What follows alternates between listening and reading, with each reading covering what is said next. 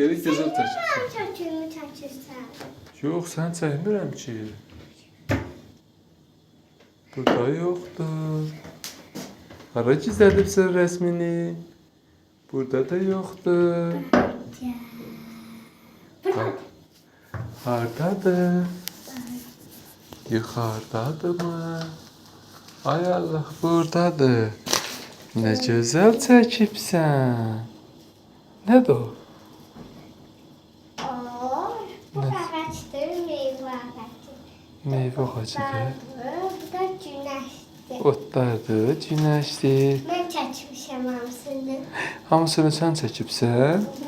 Nə gözəl çəkibsən. Sən rəssam olacaqsan böyüyəndə. Bəyəndiyim rəsmimi. Çox bəyəndim, çox gözəldir. Rəsm çəkməyi sevirsən? Hə. İndi mən sənə yenə Barbie'nin şəkillərindən çıxardım, içini boya. Doğrudan.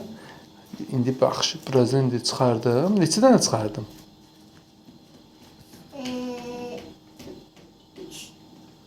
3 dənə. Yox, 5 dənə yox. 3 dənə. 1 dənə. Yox. Birini çıxardım, görək boyaya bilirsənmi, sonra yenə çıxardarıq.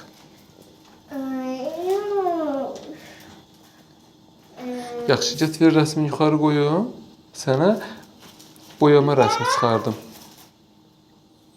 Boyama rəsmini hardan çıxardırıq biz? Bilirsən onu? Hardan çıxardırıq?